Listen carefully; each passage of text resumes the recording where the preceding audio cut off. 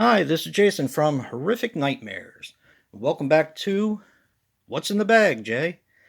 Now, this is the segment where I pick 6 movies from my collection that I haven't seen, write their names on a piece of paper, throw them in the bag, draw one at random, and do a review.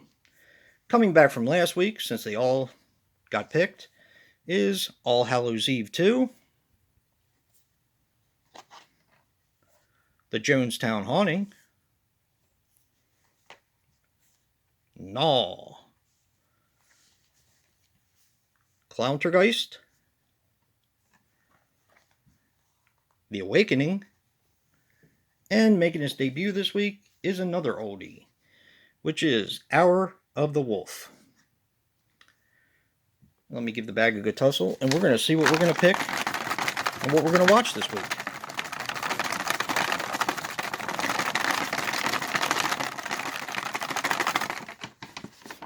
All right.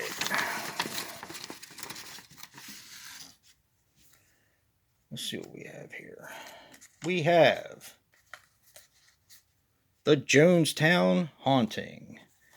I'm going to set that aside while I put all the rest of the movies side by side and take my trusty Freddy vs. Jason die, and we're going to see what comes back next week. Just remember, if I roll a Freddy vs. Jason or a 5, they all come back.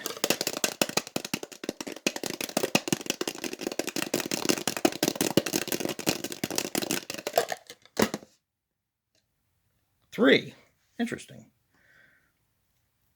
All right, let's give the bag another good tussle. And we're going to pick 3 to come back next week.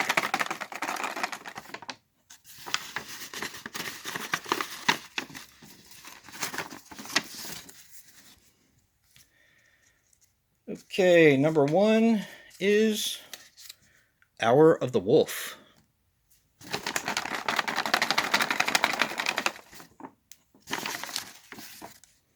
Number 2 is All Hallows Eve 2. And last, but certainly not least, is Clowntergeist. Now, if you want to see me review Gnaw or The Awakening, make sure to vote for it. But right now, I'm going to go watch The Jonestown Haunting and come back with a review later.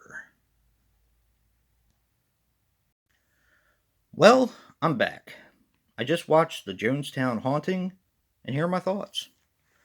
The Jonestown Haunting is a 2020 film which runs approximately 85 minutes and is directed by Andrew Jones. Now, I'm very familiar with his films. I'm going to give you a little bit of what he does, but I'll talk about him a little bit later. He did Cabin 28. He did all 5 of the Robert movies and Alcatraz. He also did The Legend and Curse of Halloween Jack. All of those I own, plus there's a few more. This stars Andromeda Courtney, or Gortree, as Annette. She was in Clay's Redemption, Oh Ramona, and 2 Hours. Derek Necron as Joshua. He was in Slasher House 3, The Mutation, and Hatched. And Harriet Retz as Marcy. She was in Warehouse, as in Werewolf House, like warehouse. Alcatraz, and A Killer Next Door. Now, this had a budget of $1 million. Okay, let me get into the plot, then I'll talk a little bit about Andrew Jones and what I thought of the film. The plot is basically Jonestown. This tells a story of a girl who got kind of sucked into that cult, was going to escape, and when she was with a group of people who were trying to escape, all of them got killed except for her. Now, this kind of shows what she was dealing with everyday life. She was seeing things, seeing ghosts, and, basically in her mind that had a lot to do with feeling guilty. She was seeing a therapist, and she decided to stop taking the medicine that she was taking, which actually is kind of pertinent to the story. But she decided to go back to Guyana, which is where Jonestown took place in this film, and put all of her thoughts, her angst, her ghost to bed, more or less. That's all I'm going to say. There's a lot more to this story. Not not a ton, but a lot more. This does take a really weird turn with 20 minutes left to go, and I thought that the weird turn was interesting. I thought it was interesting. Now let me talk about a little bit about Andrew Jones and how I feel about the film. As I said, I love the Robert movies. I think they're a lot of fun. Are they great movies? No. But I like them. I think they're fun. The Legend and Curse of Halloween Jack, have both of them. I like them. Are they great movies? No, but I think they're fun. I have The Last House on Cemetery Lane that he also did, Cabin 28, and there's probably 2 or 3 more in my collection. And all of his movies are basically low budget B movies that I think are fun.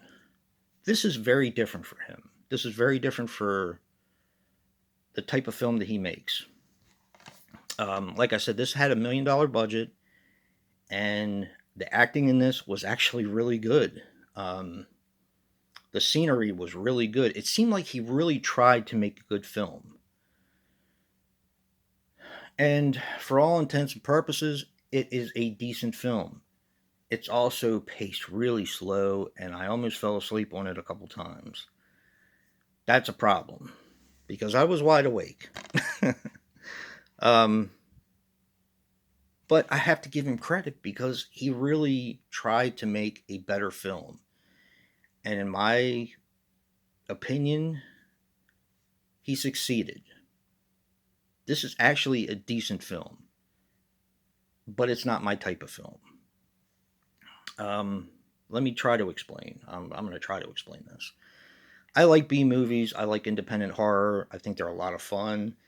I like the mistakes. I like the practical effects. I like the silliness that goes on in B movies. Here's where my problem is. He tried to make a very good film that told a very good story and had a decent twist, and he succeeded. But it's not what I've come to expect from him, and I think in the hands of a better director, it could have been better paced and more interesting. That's kind of where I'm at with it. Is it worth a watch? Sure. I found this at a thrift store for $1. If I found it and hadn't seen it at a thrift store for $1 tomorrow, even after hearing somebody like me reviewing it, I probably would buy it just to watch it and see what I thought of it. So I'm not sure if that tells you guys anything. But, some people are really going to like it because the story is interesting. Some people are going to think it's a total snooze fest. I was kind of in the latter. So take that for what it's worth. Don't forget to vote on the ones that didn't make it. And if you like what you see in here, hit that like button and subscribe. And until next time, peace.